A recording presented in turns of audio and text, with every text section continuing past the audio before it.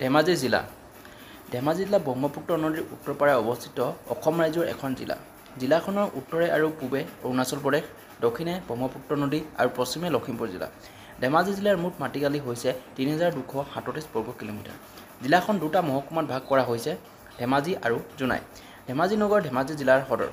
২০০১ চনৰ লোকপিয়ল মতে জিলাখনৰ মুঠ জনসংখ্যাৰ ৫.৭১ লাখ। ইয়াৰে ২.৯৫ লাখ জন পুৰুষ আৰু ২.৭৪ লাখ গৰাকী মহিলা। সাক্ষৰতাৰ হাৰ ৬৬%। সমুদ্ৰ পৃষ্ঠৰ পৰা গড় উচ্চতা ১০৪ মিটাৰ। জনবসতিৰ ঘনত্ব প্ৰতি বৰ্গ কিলোমিটাৰত ১৭৪ জন। ধেমাজি নামৰ উৎপত্তি ধেমাজি নামৰ উৎপত্তি সম্পৰ্কে থকা এক মতবাদ অনুসৰি এই অঞ্চলত থকা এখন নদীয়ে ইয়াৰ গতিপথ সঘনাই সলনি কৰিছিল। ইয়াৰ ফলত অঞ্চলটোৰ বিভিন্ন অংশ আৱৰি অপ্ৰত্যাশিত বানপানী হৈছিল। সেয়ে নদীখন এক প্ৰকাৰৰ অশুভ আত্মা বুলি বিশ্বাস কৰা হৈছিল। বানপানী আৰু খেল শব্দৰ অসমীয়া সংৰক্ষণ হৈছে ক্ৰমে বল আৰু ধেমালি। অঞ্চলটোৰ বানপানী এক চিৰস্থায়ী ঘটনাই হৈ পৰা ঠাইখন বানপানীৰ খেলপথাৰ বুলি কোৱা হৈছিল। এইদৰে ঢল ধেমালি শব্দটোৰ পৰা ঢল শব্দটি বিলুপ্ত হয় আৰু পিছলৈ ধেমালি শব্দটো ধেমাজি হিচাপে উচ্চাৰণ কৰা আৰম্ভ হৈছিল। ইয়াৰ উপৰি চুতীয়াসকলে ধেমাজি শব্দটো চুতীয়া মূলৰ শব্দ বুলি কয়। তেওঁলোকৰ মতে দেৱাজীৰ পৰা সৃষ্টি হৈছে, যাৰ অৰ্থ হৈছে অত্যাধিক পানী। ধেমাজি জিলাৰ ইতিহাস চুতীয়া ৰাজ্য ধেমাজি অতি প্ৰাচীন কালৰ পৰাই চুতীয়াসকলৰ অধীনত আছিল। মধ্যযুগত বীৰপাল নামৰ এজন চুতীয়া মুখিয়াল ৰজা বনিছিল আৰু ধেমাজি জিলাৰ সোণাগিৰিত ৰাজধানী স্থাপন কৰিছিল। বীৰপালৰ দদায়েক ভদ্ৰহেনৰ ৰাজ্য বৰ্তমান দক্ষিণ ধেমাজি আৰু লখিমপুৰৰ জিলাৰ অন্তৰ্গত আছিল। ১২৩০ শতিকাত বীৰপালৰ পুত্ৰ ৰত্নধ্বজ পালে ভদ্ৰেশ্বৰক ৰজাক পৰাস্ত কৰি মাজুলী অঞ্চলত ৰতনপুৰ নামৰ এখন নগৰ নিৰ্মাণ কৰি ৰাজধানী স্থাপন কৰিছিল। আহোম ৰাজ্য টাই আহোম ভাষাত লিখা সাঁচিপতীয়া দিন বুৰঞ্জী অনুসৰি চাওলুং চুকাফা আৰু তেওঁৰ লগত অহা ৯০৩০ জন লোকে ধেমাজি জিলাৰ হাবুঙত ৩ চন্দ্ৰ বৰ্ষ ক্ৰমে লাকনি ডাবকেও, লাকনি ৰাইজেও আৰু লাকনি মোংপ্লাও গড় বান্ধি পঞ্চম ৰাজধানী পাতে। কিন্তু বানপানী হোৱাৰ ফলত পুনৰ ব্ৰহ্মপুত্ৰৰ দক্ষিণ পাৰলৈ ঘূৰি যায়। ১৫২৩ খ্ৰীষ্টাব্দত আহোম ৰজা চুহুংমুঙৰ আক্ৰমণত চুতীয়া ৰজা নীতিপাল নিহত হোৱাৰ পিছত এই অঞ্চল পুনৰ আহোম ৰাজ্যৰ অন্তৰ্ভুক্ত হয়।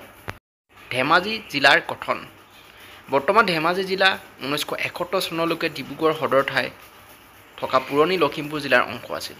১৯৭১ চনত পুৰণি লখিমপুৰ জিলাৰ বিভাজন কৰি ডিব্ৰুগড় আৰু লখিমপুৰ দুখন জিলা কৰাৰ সময়ত ধেমাজিক লখিমপুৰ জিলাৰ মহকুমা ঘোষণা কৰা হয়। সেই সময়ত ধেমাজি মহকুমা বৰ্তমান জোনাই মহকুমা আৰু ঢকুৱাখনা মহকুমাৰ অন্তৰ্গত আছিল। ১৯৮৯ চনত লখিমপুৰ জিলা ভাঙি বৰ্তমানৰ লখিমপুৰ আৰু ধেমাজি জিলা গঠিত হয়। খ্ৰীষ্টীয় ১৯৮৯ চনৰ ১৪ আগষ্টত ধেমাজি জিলাৰ গঠন অসম চৰকাৰে ঘোষণা কৰে।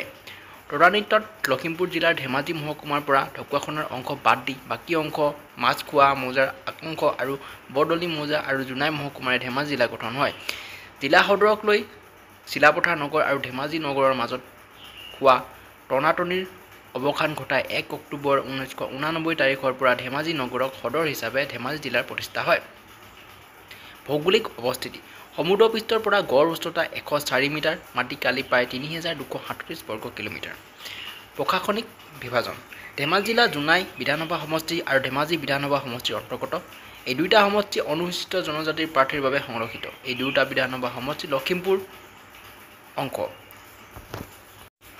মহকুমা প্ৰশাসনিক দিশৰ পৰা ধেমাজি জিলাক দুটা মহকুমাত ভাগ কৰা হৈছে। এটা হৈছে ধেমাজিৰ আৰক্ষী থানা, ধেমাজি সদৰ আৰক্ষী থানা, গোগামুখ আৰক্ষী থানা, গেৰুকামুখ আৰক্ষী থানা, চিলাপথাৰ আৰক্ষী থানা, চিনেমচাপৰি আৰক্ষী থানা, চেঙাজান আৰক্ষী থানা আৰু জোনাই আৰক্ষী থানা।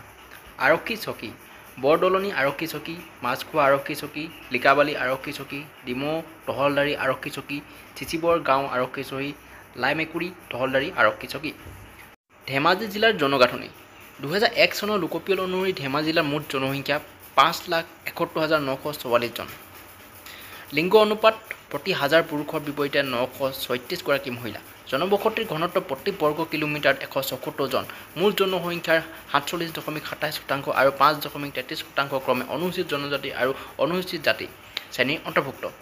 ধেমাজি এক গ্ৰাম্য প্ৰধান জিলা। জিলাখনৰ নগৰীয়া জনসংখ্যাৰ মুঠ জনসংখ্যাৰ মুঠেই ১.৮৫%।